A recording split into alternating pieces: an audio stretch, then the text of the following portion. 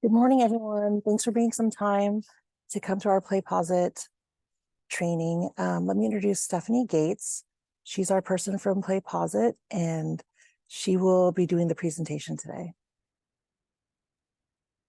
Hey, everybody. Thanks for being here today. Before we get rolling, would you guys mind putting into the chat your experience level with PlayPosit so far, excuse me. So if it is easier for you could put in a 1, 2, or 3, 1 being you're brand new, 2, maybe you've dabbled in it a little bit, and 3, maybe you use it all the time. Thank you in advance. I already see people putting it in the chat. Thank you.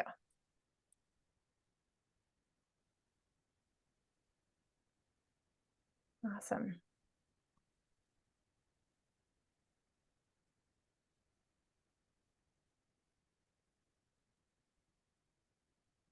Well, welcome everybody. I'll go ahead and introduce myself. I'm Stephanie Gates. I'm a customer success manager at PlayPosit, which is powered by WeVideo. So you're going to see WeVideo references as well. They're essentially one and the same here in this case. But I actually used to use PlayPosit as an instructor, and I very much benefited from the value it brought to the classroom for engagement, accountability. I got to see all the data and analytics from my learners. And so many features that I really appreciated, and I love being on this end, helping you all use PlayPosit in your courses now. And as we go through our session today, feel free to put your questions in the chat. We'll also save some time at the end to answer your questions, but I know I definitely learn best when I get my questions answered in real time. So feel free to use that chat. I'll check on it regularly to make sure we're getting your questions answered. So we'll start with just a PlayPosit overview. Big picture, we'll look at a few use cases and examples to help you get sort of a bigger picture of how it works for learners and instructors. We'll take a look behind the hood of what's going on in the background from the instructor point of view to make it all come together. And as well as like the great data and analytics that PlayPosit has to offer, help you inform your instruction moving forward, and also all of that great data that gets passed to the Canvas gradebook as well. And I do have a resource I'm actually going to put into the chat right now before we get too far along, because I know any of you might be like copious note takers. Might be helpful to have this, save yourself a little bit of stress of taking notes along the way. But what I put in the chat there is a resource guide that includes knowledge-based articles for how PlayPosit works in Canvas, as well as a video tutorial here. So I'm going to go through that workflow, but in case you want a refresher later on, you're going to have that available, as will you have this recording, I'm sure. There's also information for monitoring the data and analytics, some just general PlayPosit resources that you're welcome to take advantage of. Like we have a whole customer resource page. We have live office hours, lots of webinars as well. So feel free to utilize any of those. And then down below, you'll see really like a checklist or a step-by-step guide to how to create interactive video with PlayPosit. So this is where those copious note takers really might benefit from having this sheet. So you don't have to document everything. You can just kind of sit back, soak it in, practice along with me if you want, and feel free to bookmark or keep this handy for later on. At the very bottom, you'll find some frequently asked questions as well.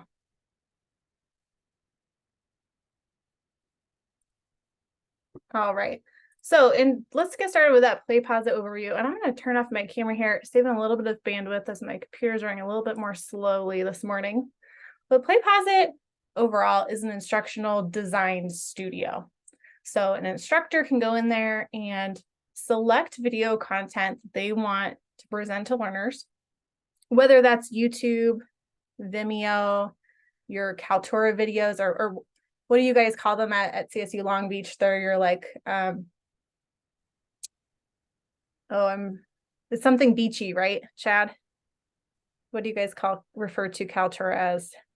Oh, My Media. Just My Media? I thought there was like a more zingy name. No, I don't think we have a more zingy name than that. It's just Beachboard. Oh, thank you, Dr. Beachboard is what we used to use. Okay, got it. Beachboard was our name for D2O. Oh, okay, I must be Which mixing those up switch to then. Canvas. Okay. Well, so you can use your Kaltura videos. You can also use Vimeo or YouTube, but you select that instructional video you want to use, and then you get to stream it through PlayPosit, which is where all the fun happens with interactivity. You can add questions, resources. You can create an adaptive learning experience with jumps. You can so many things you can do. Really, you could just stick with the bare minimum things, which I'll go through and I'll walk you through today, but know that there's quite a lot of options when you get into PlayPosit as far as sort of the intricacies that you could use. But essentially, just for today, think about PlayPosit as like a layer of interactivity on top of your video content. And it could be one piece of video. You could pull together multiple pieces of video if you want to, or even use it for your audio recordings. There are 3 different ways that you can leverage PlayPosit. And you're going to hear me use this word bulb a lot. And people, for the first time hearing it, are a little caught off by this word. I understand. But think about it in this way of like a light bulb. So it's the end product, really, whenever you stream a video through PlayPosit and add that interactivity. And we call it a light bulb because it's like illuminating that learning process. By far, the most common ways that people use PlayPosit is for self-paced lessons. So you're assigning in Canvas, the learner can access it at a time that's convenient for them. But you should know we also have this broadcast option where you can use it live with your learners, whether that's over a web conferencing system like Zoom, or maybe it's in the brick and mortar classroom where you're presenting it all together, and it's like a live audience response system in that way. Finally, you'll see here learner-made options. So this gives the learner that opportunity to get into PlayPosit and create interactive videos. So all 3 of these you can currently utilize and gain value from. I would say the learner-made bulbs are more used for like skills demonstrations, or also seen it used for analyzing third-party videos as well. So they can add annotations or questions along with it. And really dive in a little bit deeper to content. All right, let's take a look at a few use cases. See this in action. So just quickly, these are the 3 I'm going to jump into here. One, which I see a lot, is using PlayPosit for skills practice. So there's a video of somebody demonstrating a skill. You can have practice problems sprinkled throughout that lesson for that automated feedback and automated grading, which I love the best. And there's also a lot of people who use it for interactive video lectures, maybe in that flipped classroom model where you have that video lecture happening before your actual live time in that class. That way you're seeing how learners are doing on that content digestion, and there's a little bit more in-depth conversation that happens when you get to that live time. And another one that has been popping up a lot more lately is this idea of course introductions with PlayPosit. So streamlining your syllabus, maybe your Canvas course walkthrough or overview, university expectations, policies, all of that information that has to get disseminated at the beginning of a semester, put into this format for very high accountability.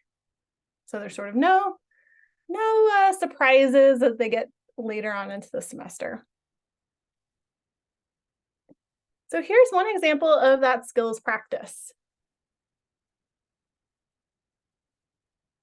We'll see there's a demonstration here of a mathematics problem. We're seeing a recording here of a bulb, by the way.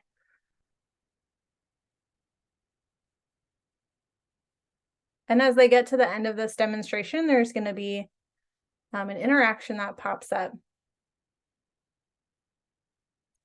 So in this case, they're going to be downloading a worksheet with problems, and then they're just going to upload their answers into this fill in the blank.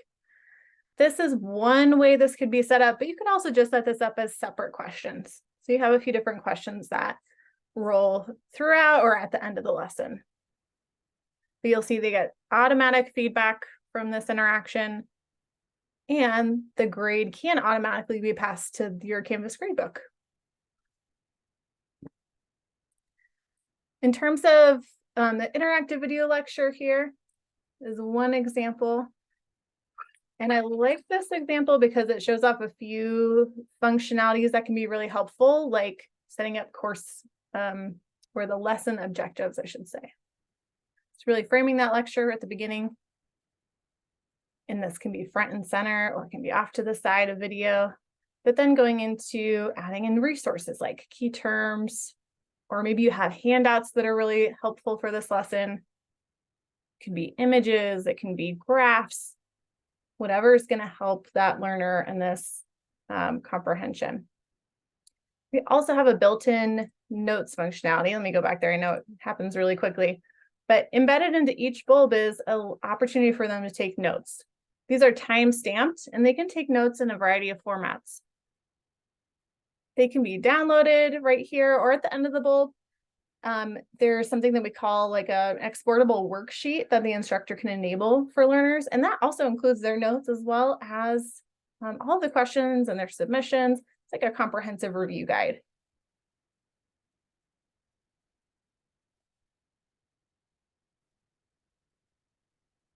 So I'm not going to go through this whole thing, but we can see you can have a variety of questions along the way.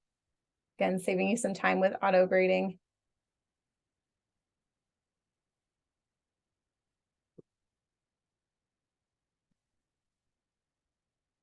Finally, I want to get to this one about course introductions.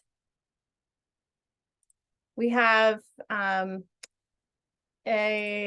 instructor and career advisor or career counselor over at Colorado State University. We just did a webinar maybe like a month back on using it for course introductions. But the way she sets this up is to give a very like intricate overview of that course right from the beginning. She finds it's like a really helpful way to just be very upfront, transparent, make sure learners understand exactly what this course is going to entail, how to get support, different like assignments that they're going to encounter along the way. So lots of key information that she pulls through.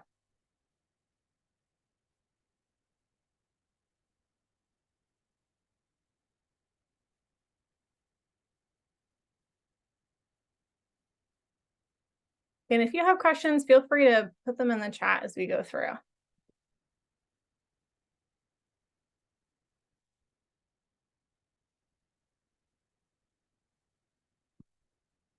All right, so let's get to my favorite part here, which is really looking behind the scenes at what it takes to set this up in your classroom.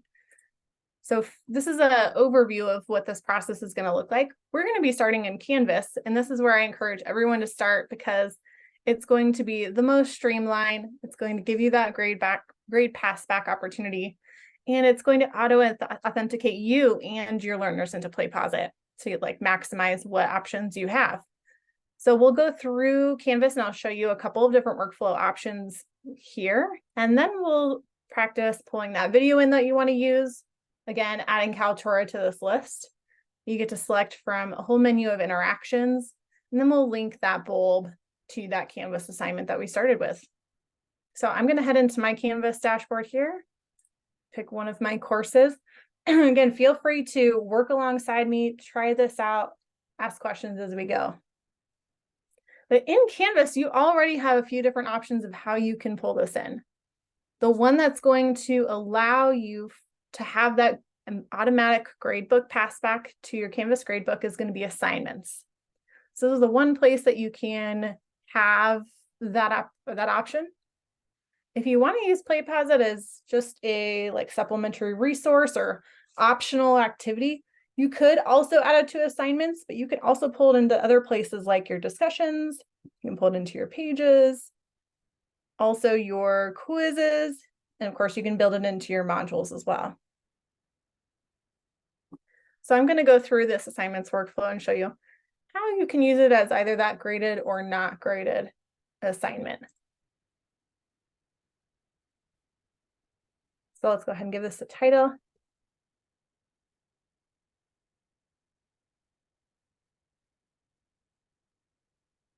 if you were to you want to use PlayPosit but it's not tied to your Canvas gradebook, you can go through your rich text editor here and find your little plug.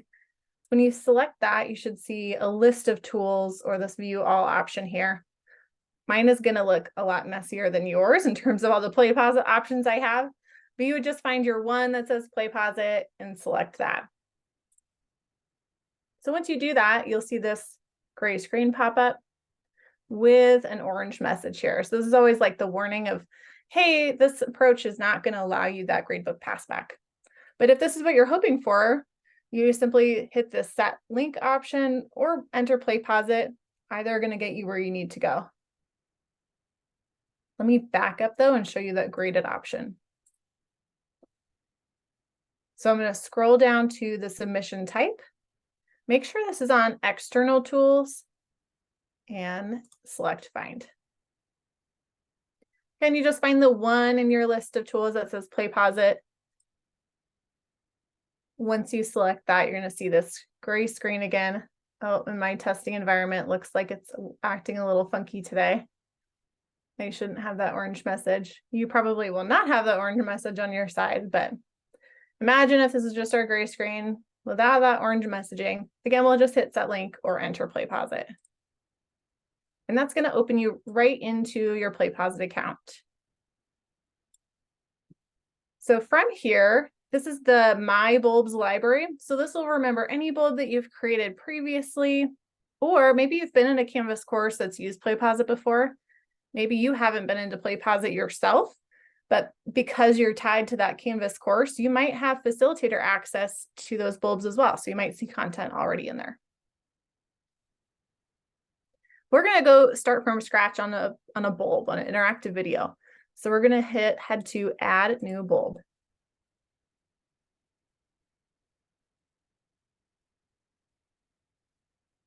All right, we are in that bulb designer, and the first step is to select the video content that you want to use or audio content. Let me talk about some of these options in here.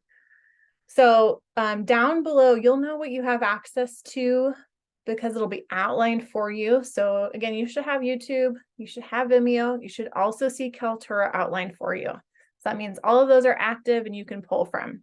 So if you have video content that you want to make interactive that's living in Kaltura right now, you can stream that through.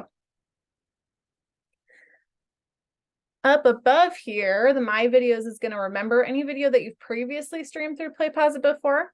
So if it's helpful to create a new bulb with that video content, you can save yourself a little bit of time, hopefully. And you can also input a URL. If you already have that URL handy from YouTube, you can drop it right in here. And uploading MP3, this is the audio option. So if it would be helpful for your learners to experience like an interactive podcast, like if you know a really good podcast that fits in with your course, you can actually pull that into PlayPosit, add questions to it, make it a really cool interactive podcast lesson. This is one of my favorite ways to do it because I'm a big podcaster. So I love this option. Great question, Hillary. Are you referring to like in Canvas? Let me back out here. So in your submission type in that external tool, then once you select find, you should see PlayPosit in your list of tools here. You might have to scroll for a little bit since I think it's in alphabetical order.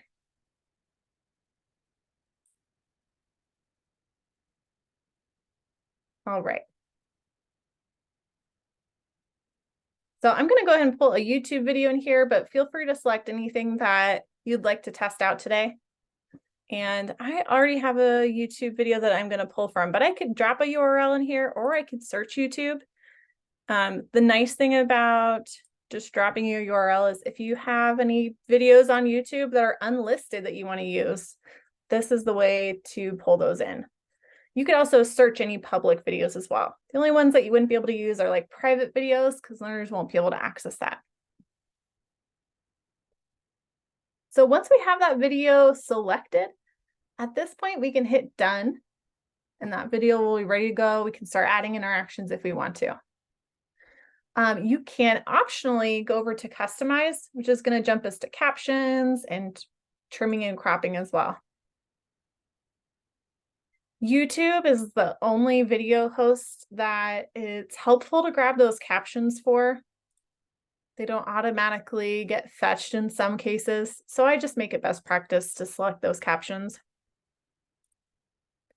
For Kaltura and for Vimeo, you don't even need to worry about that. They'll be fetched for you automatically. The other cool thing here is that if you ever want to, like auto-generated captions are, notoriously not accurate, you can actually hop in here and edit those caption files in PlayPosit if that's helpful. Finally, if we go to this last customized step, we have the option to trim and crop.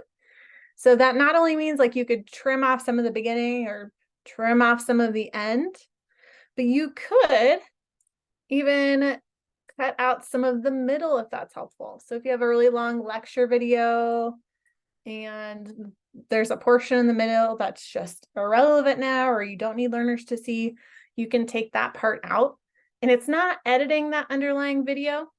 It's just covering up sections that we don't need learners to engage with.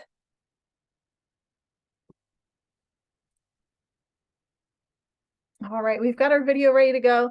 As you can see, we can continue to add video, and we would just go through the same motions there, selecting what we want and having the options to adjust captions or trim and crop it. So we can really curate video content together, pull it all into one lesson if we want to. But for now, I'm just going to stay with this one video. I'm going to start adding my interactions to it. So to do that, I can either start playing it and find the appropriate time that I think I want to start asking questions. I could also drag and drop it to a location if I already have it in mind. But before I go any farther in this video, I always like to start with some lesson objectives, like introduce what we're talking about, maybe give a point value for this lesson. You could even add in some PlayPosit tips, like, hey, make sure to watch until the very end of this video. Anything that you want to preface this lesson with, we can add it right at the beginning. You'll notice that this timestamp is going to reflect wherever our cursor is here. So that's where your interaction is going to end up. So we have a whole menu of interactions. All these questions can be auto-graded. Even our free response and discussion interactions can be auto-graded for participation points if you want to. But we have lots of great question options. We even have a few different annotations. Annotations in this case being like you're pulling in additional resources or information for learners. So that could be like a pause interaction, which I'm going to use in just a minute. That's just like a way you can present information. You can also pull in web embeds if you have a really helpful website that's going to add value here, or if you have a PDF, you can use those alongside your video. The templates down here are pretty cool and fun to play around with, and I'm not going to spend a lot of time on these, except I will come back to this, my interactions, as a way to save yourself some time in the future. So I'm starting with my lesson objectives. I'm just going to frame it for them, give a little bit of information right at the beginning. I have some that I already have ready to go. So I'm just going to paste these in for you all to demonstrate how we can do some formatting in PlayPosit. We can add in additional links. We can use really anything in this rich text editor that would be helpful. So we have lots of ways to add in images. You can record yourself talking. You can pull in attachments of files. We even have this equation editor as well. And if you go over to the triple dots here, you'll get the top menu. So you can there bring in your links as well, special characters. If you get really fancy down the road, you can even play around with a source code. But this is really the only part of building that interaction that's required. So you're putting in your information that learners are going to see. Beyond what's right here, you're always going to have this little advanced section hiding out down below that you can open up and see what kind of options are going to be allowed in this individual interaction. It's going to depend on what interaction you're using, what kind of advanced features you have to select from, but that's kind of a fun thing to check out. You also, along the top here, can adjust the placement and the timing if it's helpful. Again, these are not things that you have to do. They're just things that will help with added flexibility in some cases.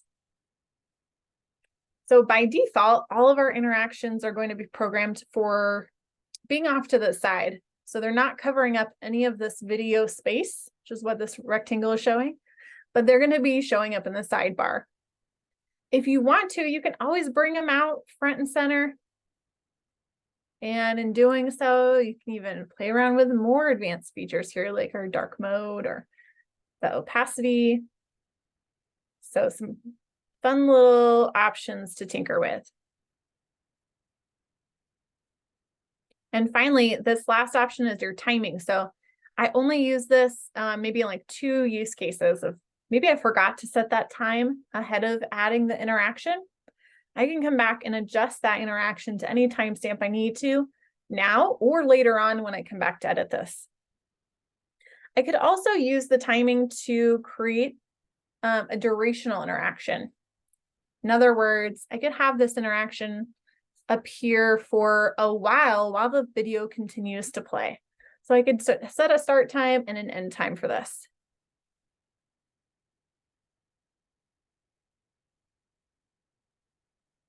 Oh, good question, Chris.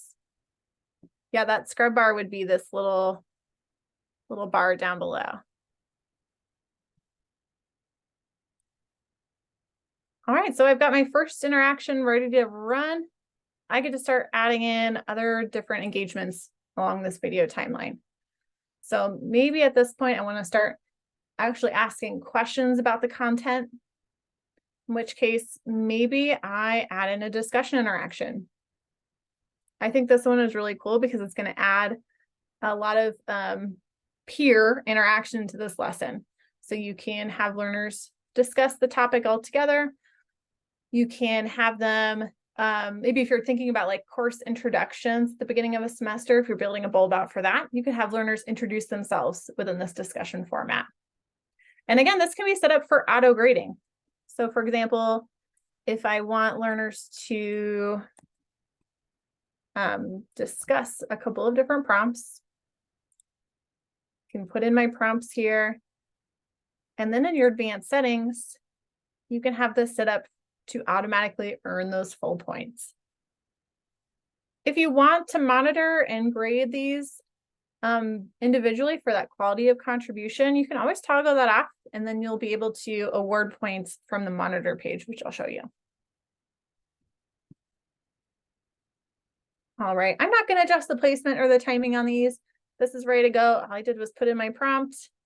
I'm going to hit done there, and I can continue to add in my questions. So this can be as quick or slow process as you want to be. It just depends on how in-depth you want to go in this lesson. For those of you that like free response questions, I want to show you a couple of cool features on here. Especially recently, we had an update for our free response, making it auto-graded if you want to, or you can have it manually graded. So for example, if we put in our free response question here, we can always add any of these options from our rich text editor. Then if you go to your advanced options, you'll see that you can have this auto-graded. Again, if you would prefer to manually grade this in the monitor page, just have this toggled off, and then you'll be able to award points as you go through and monitor their responses. But this is one way that you can increase the engagement and decrease that burden on you of immediately needing to go through and grade. Like, you can always go to the monitor page later and update if you need to, but you can also have learners upload attachments too, if that's helpful. If you want them to like upload a document that they've been working on, this is one space you could do that. and then you'd receive those in the monitor page.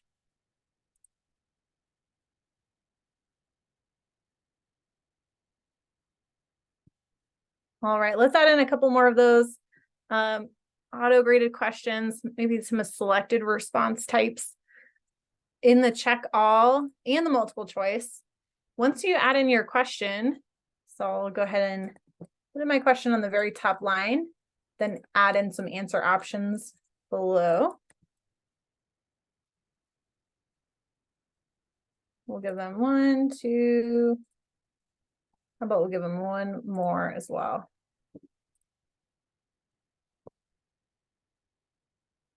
One of my favorite things about our selected response questions is that you can customize the feedback that learners see once they select a response.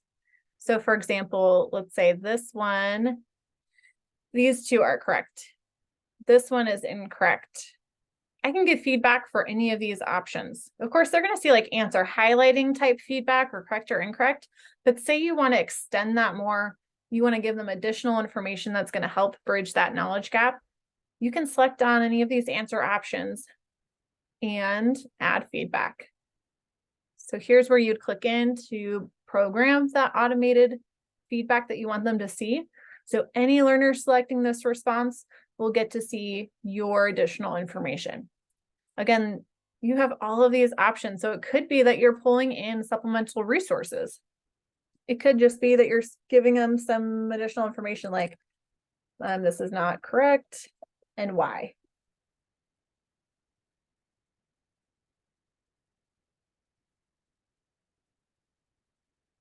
I've seen instructors here put in like charts, graphs. You could even like get very fancy and put in a YouTube video right in this feedback section using the source code. You just have to paste in the web embed code for the YouTube. But I mean, you can get very flexible with how you want to provide this feedback to learners. But we can be as simple here as just, hey, this is not correct. Let me give you a little information as to why. If you want to, you can also play around with these options to give them more attempts at this question if you want to. So you can always click on this, decide how many attempts you want to give them on this question.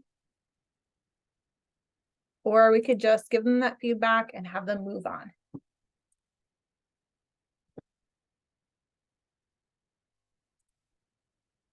All right, last one I want to show. I wanted to come back to use my interactions. So as you use PlayPosit more, you're going to potentially want to come back and reuse some of those interactions that you've already created. Like if you prefer to end every bulb with an opportunity for students to self-reflect on their level of understanding, as an example, or you like to always start with some lesson objectives, you can come back and select from any interaction you've created before from your My Interactions. So we automatically save everything that you create in here to circle back to. As you can imagine, this gets a little bit lengthy, like you're gonna have to scroll a lot possibly because you might be adding a lot of interactions. One way to simplify this is you can search by key terms. You could filter by different things like your interaction type. So for example, if I like to use that poll interaction at the end, I could just search by my poll interactions. Oh, I'm in somebody else's account today. My poll interactions aren't there today that I normally have. Let's go back here. Poor friend doesn't have any polls to search from. Let's clear those filters. So you would have anything here that you've created before. Let's try that again. So maybe we want to use our question here. We preview that question and we can add it at any point of this video. If you ever want to edit your point values for these questions, by the way, you click these triple dots here and that's going to allow you to adjust the points. You can even duplicate this interaction and adjust it a little bit or not. but these triple dots here will allow you even more options.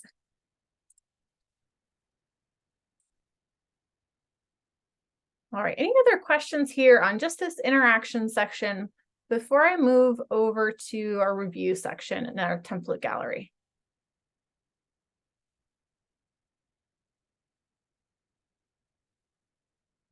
Okay. This template gallery that's hiding out up here, these are sets of pre-created interactions that you can choose from, and they really go well with any underlying video content. Some of these are geared towards introducing PlayPosit to learners for the first time. So like if you want to remind them that they have that notepad available for them to be documenting notes along the way, this is a really helpful interaction that just points them where to go. There's also one they call the learner experience that not only tells them more about the notes, but it also goes through things like the playback settings, making sure they watch till the end, things like that. But there are also ones here that are for like assessments or checks for understanding that you can apply. And again, they're very generic questions, but they increase that engagement. They take a lot of that heavy lifting off you at the beginning and allow learners to interact with that video. You can still monitor the data and analytics on the back end too. So kind of fun. And if you want to try all of our different interaction types, there's one that will stagger those interactions across your video for you. So once we have all the interactions that we want for this video lesson, the last step is to go over to the review. So we did the video, we did our interactions. Last thing, we're going to go to review, and this allows us to set anything up for like our overall bulb settings that we want. So for example, we can adjust the title. We can add in a learning objective here. You have some tagging options to help with content management. I really like to tag this by like course title personally. You can also adjust your playback options. So for example, if you want learners to be able to rewind after interaction appears to review that content they've seen so far, you could allow them to do that. You could also allow them to retake the bulb upon completion. If you want them to be able to get a new score every time they take that bulb, this is where you can allow them to do that. By the way, this is the setting you want to use to allow for retakes. The canvas setting isn't going to like dominate in this case. It's PlayPosit that dictates if they're going to be able to retake the bulb. So if you want them to just like be able to take it infinitely, you can have it here as that default 0 that pops up, or you can specify a number of retakes as well.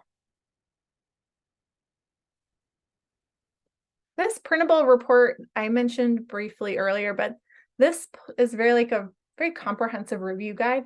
It pulls in their notes that they took. It pulls in all of the questions that they encountered, their submissions.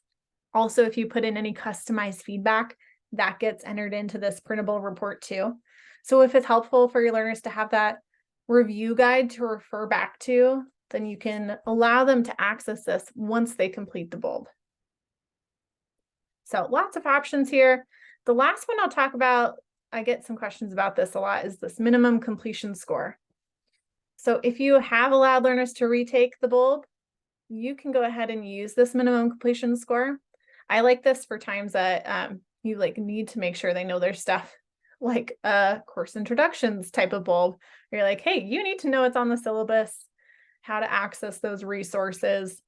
This minimum completion score can be set to any percentage that you would like. So for example, if I want this at 80% and my learners hit 80%, it gives them a complete message and syncs that grade to the grade book, assuming I used it with that external tool. If they don't hit this 80%, they'll be prompted to retake the bulb, and that grade will not be passed back yet. So they'll need to continue taking that until they reach this minimum. All right, finally, you can adjust the privacy settings of your bulb. So this makes it visible to just your My Bulbs library. If you want to share this out with your CSU Long Beach community, You can share it with this district institution. We'll do that. And in that case, other instructors can view and even copy your bulb from the pre-made bulbs library. And last, public will allow any user of any instructor at PlayPosit to be able to access your bulb. So depending on your level of sharing of the day, you can set that privacy level. It doesn't impact your learners at all. It's just for other instructors. So we'll go ahead and save our changes. And you can also preview this before you finalize your save on this bulb and exit. And when you preview, you'll be able to make sure that all of those interactions and settings get applied just as you were hoping. One thing I'll note is that there is this playback mode. I missed it. It's right down here, your playback mode. And this will allow you to view it as an instructor or as a learner. So when you're previewing and saying, hey, did my settings get applied as I wanted? Like if I had disabled skipping and fast forwarding and I wanted to make sure that's the learner experience, I would want to view this as a learner. And the difference here is that in instructor mode, you'll be able to still skip and fast forward because we want to allow you to view things quickly and just review the overall content. But as a learner, we'll limit you to the same constraints that your learners have.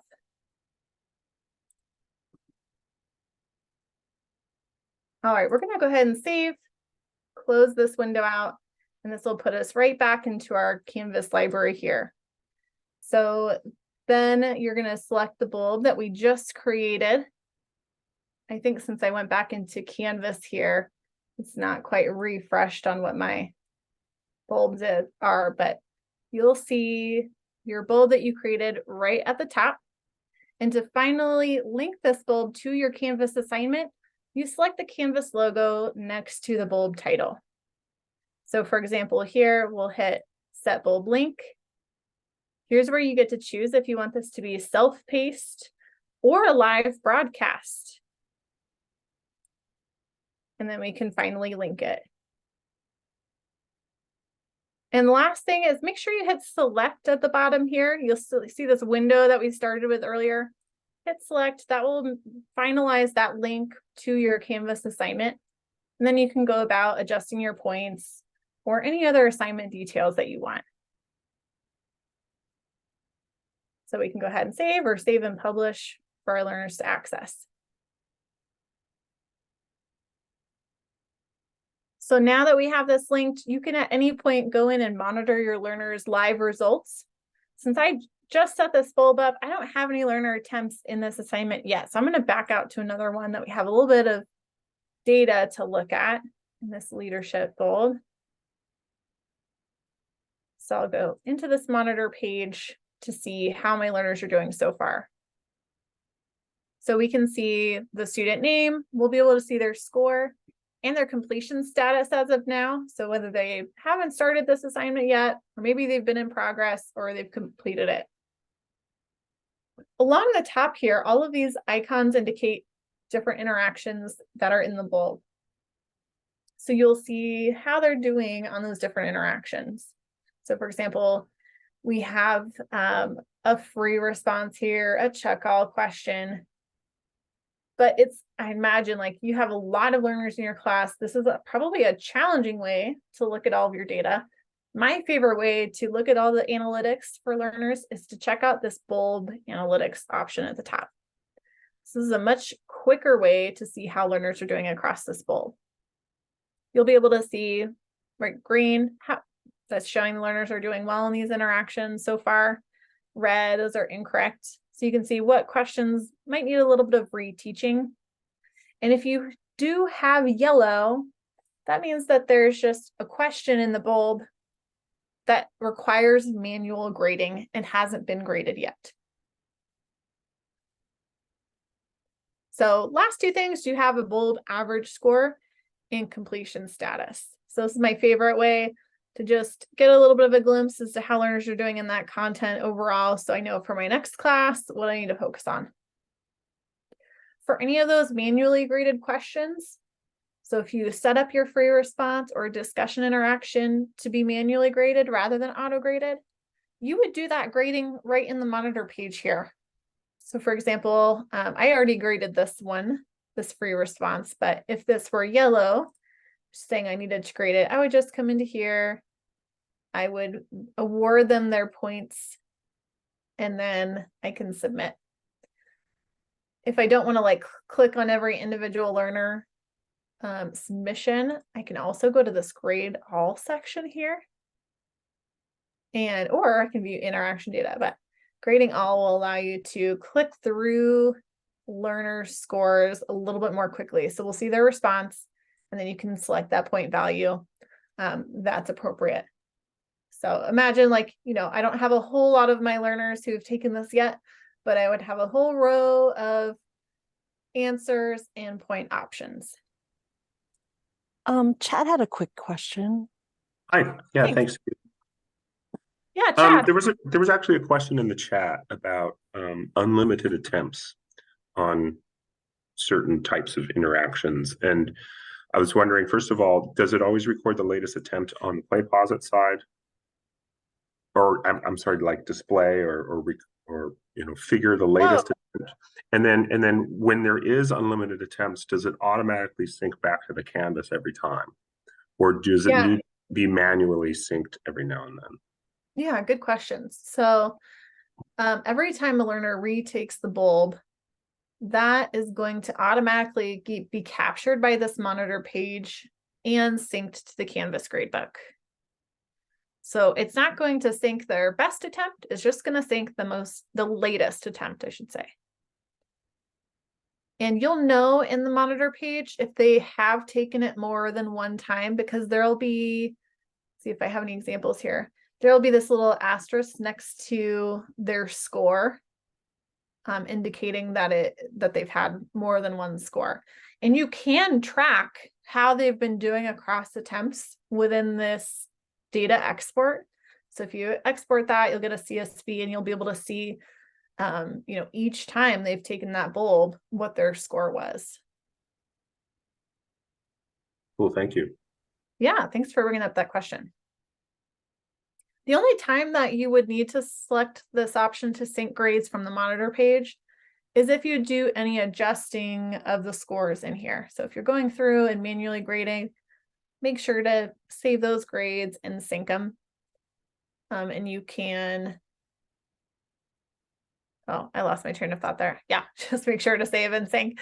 Otherwise, if you have a bulb with all auto graded questions, you don't ever have to worry about syncing it. Any other questions on this monitor page? I do have a question. Yeah. You said that it will sync the latest attempt, but not the best score. Correct. So if a person, you'd have to go back and actually look at this particular screen, find their best score, and then sync their best score.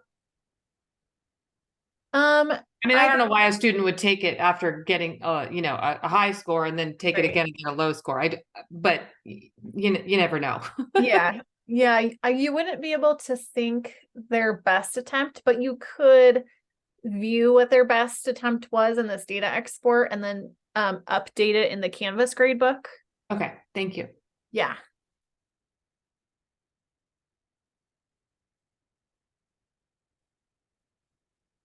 Okay, did I miss anything else in this chat? Apologies for missing that earlier question. Okay, looks like we're good. All right. Yeah, thank you for all those questions, you guys. So as you guys are getting into your bulb building and practicing this out, feel free to, of course, refer back to this handout. But also, I wanted to take you through just a couple of these additional resources in PlayPosit. So for example, we have a whole YouTube channel with really great short video demos of some of the functionality that I showed here today. But in your handout and in your PlayPosit account, there's this location called your customer resource page. So I've linked it here for you, but also for reference in your PlayPosit account, it can always be accessed in the left-hand panel of your account. And in here, this PlayPosit Academy is awesome because they're just short video tutorials, but they're learning management system specific up here on the top. So of course you select Canvas. And if you want to get a little bit more nuanced with some of the ways to use PlayPosit, you can check out these ones below to do a little more deep dive. But the Canvas one takes you through that just intro of how do I set this up in Canvas? And then it'll walk you through kind of the sequence that we went through today. So like adding videos, how to pull in those interactions, review your settings, and monitor with data and analytics. Oh, wonderful question, Chris. Thank you for asking. You can access your PlayPosit account. I would always encourage you to go through Canvas first, because that's how you know your account is going to get associated with CSULB. After you've done that one time, you can go back to PlayPosit just by going to your, let me pull this up because I'm always forgetting, go playposit.com. I'm gonna put this in the chat for you. You can bookmark this if you want to, and it'll remember you. So if you just logged in through Canvas, you can just pretty much click on that link, and when you hit login, it should remember you and log you in automatically. Also, another tip is if you ever want to go back to PlayPosit and just have your login happen automatically, you can just go enter PlayPosit through any assignment you've created with a bulb before, and that'll take you right into your account. So a couple of different options there, but thanks for asking that question. So PlayPosit Academy, we also have tons of webinars. Check out. We have one happening later today and another one happening December 1st, which is our first Friday features. And then we'll have a lot more in the spring happening too. So if you're curious to learn more, feel free to check those out. We'll also send some newsletters occasionally letting you know what's coming up. We have a whole use case library you can check out and even copy right into your account. Like some of these have links to copy that bulb if you like it and edit it for your own lesson. This is where our knowledge base lives. I love our knowledge base articles, especially the tutorials, because if you are curious about like branch learning or that adaptive pathways in PlayPosit, that's really a great article. Or text-based bulbs, digital escape rooms, like really fun things that you can use with our knowledge base articles. Last, I always want to put in this plug for our office hours. If you have any design questions, you hit a roadblock and you want a little bit of hand-holding, well, you have lots of great people in this call to help you out. And you are welcome to use our team as well. So we have it Tuesdays and Thursdays. You just click the link here and join at either of those times. There's a question from Dr. Marshall in the chat. Thank you. Is there any tips for how this can be used in a way that helps reduce cheating, like students sharing the correct answers online? Yes, good question. One suggestion I would have for that, let's go back into a bulb here. Let me choose this one. So something that I know a lot of people utilize here is that they can hide feedback or answer highlighting. So for example, if we have, let's choose a different one that has a multiple choice question or something like that.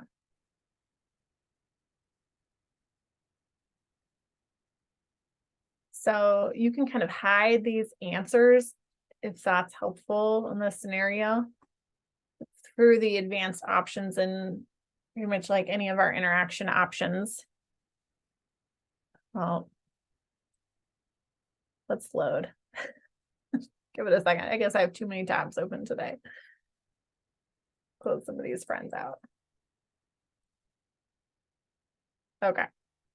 So say we have this question here. This is a fill in the blank for a check all. Yep, this is a check all question. and say we're really concerned about learners cheating, sharing answers. Something that we can do is we can actually lock down what type of information they receive once they submit an answer. So for example, we can, let me close that one out. See what's here. We can never show answer highlighting here. I think that one would be like my biggest suggestion, is to not show that answer highlighting.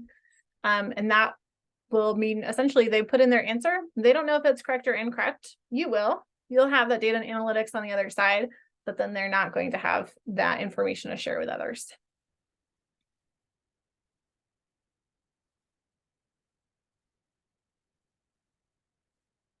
Also to that note, I would say probably not sharing out this printable report with others is helpful, because then this would obviously give them all of the questions, their submissions, the answers, the feedback, right? That gives them sort of the whole view of this experience. So this I would only give out if you really want learners to just use this as a practice.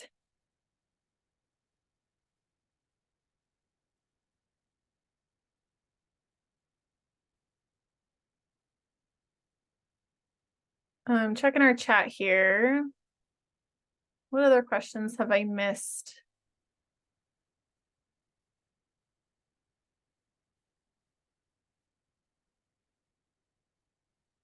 Anything else, or are we good, team? I think that's all the questions that are in the chat. Okay. Are there any other questions? I'm gonna go ahead and stop sharing here and open up the floor to you guys. We're almost at time, so if anybody has any questions, feel free to ask now. If not, you can send us an email at canvas@csulb.edu afterwards. I will also be sharing out the information and the slides along with the recording in a week or two. But thank you so much, Stephanie, for coming today. This was a really great training. I learned a lot, even though I'm already a user. I'm so glad. Well, thank you guys so much for your time. Please reach out if you need anything. It's just Stephanie@wevideo.com. Okay, thank you, everyone. Thank you, Stephanie. Take care. Thank you.